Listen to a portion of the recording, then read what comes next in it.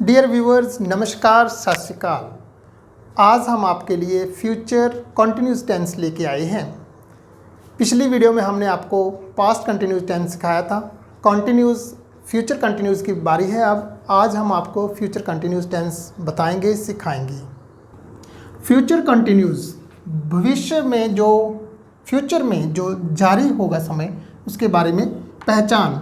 वाक्य के अंत में रहा होगा, रही होगी, रहे होंगे, रही होगी। इसका हेल्पिंग वर्ब क्या लगाएंगे हम? विल बी और shall be.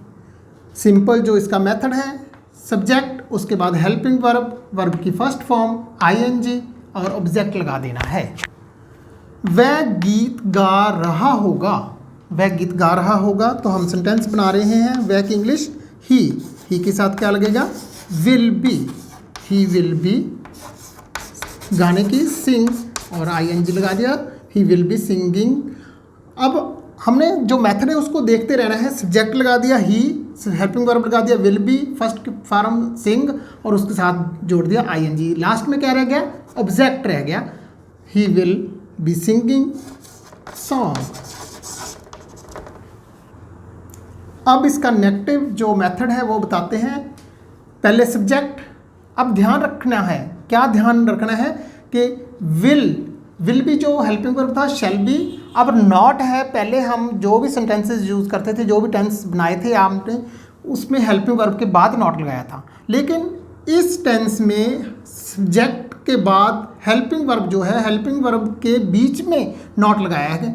Will not be, जब भी यूज़ करना है will not be, shall not be, यानी कि विल बी के बीच में नॉट आ गया और शैल बी के बीच में नॉट लगा देना है। उसके बाद वही फार्मूला जो है, वर्ब की फर्स्ट फॉर्म, उसके बाद आईएनजी ऑब्जेक्ट। वह गीत नहीं गा रहा होगा, हम सेंटेंस बनाकर दिखाते हैं आपको।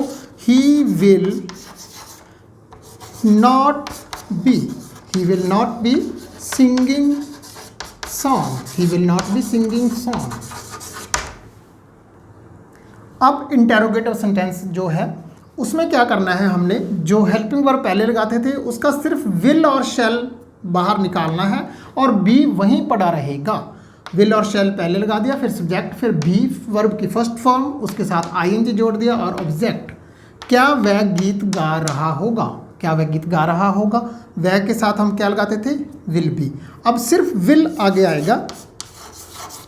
Will he be singing, will he be singing song? Question mark. ये था हमारा फ्यूचर कंटिन्यूस टेंस। और अब समय है कि पिछली वीडियो में जो हमने पास्ट कंटिन्यूस के जो आपको सेंटेंसेस दिए थे उनके सही आंसर्स बताने का। पहला सेंटेंस था, लड़कियां फुटबॉल खेल रही थी। लड़कियां, girls were playing football. Girls were playing football. दूसरा जो सेंटेंस था, वह अखबार नहीं पढ़ रहा था। वह अखबार नहीं पढ़ रहा था। He was not reading newspaper.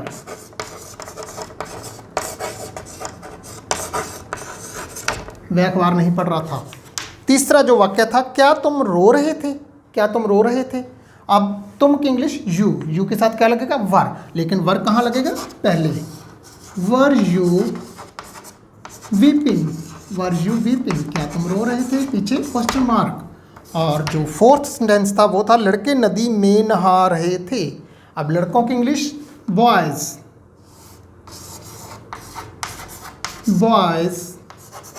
Were take. जो टेक है, वैसे तो टेक के स्पेलिंग ये होते हैं, लेकिन हमने वीडियो में बताया था कि आप सारी वीडियो देखें और सीखते रहें कि जब भी किसी फर्स्ट फॉर्म के साथ आईएनजी लगाना है तो पीछे ई आ जाए, तो ई के साथ आईएनजी नहीं लगाना, ई को छोड़कर फिर आईएनजी लगाना है। तो हमने क्या लगाना है? टेकिंग।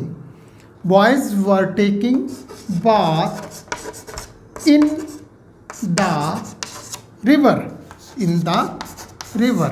ये सेंटेंस बन गया, लड़के नदी में नहा रहे थे, boys were taking in the bath. Sentence ऐसे बना कि boys were taking in the river. अब हम इस टेंस के जो फ्यूचर कंटिन्यूस टेंस है, इसके हम आपको वाक्य दे रहे हैं। पहला जो सेंटेंस है वो है, हम पाठ्य याद कर रहे होंगे।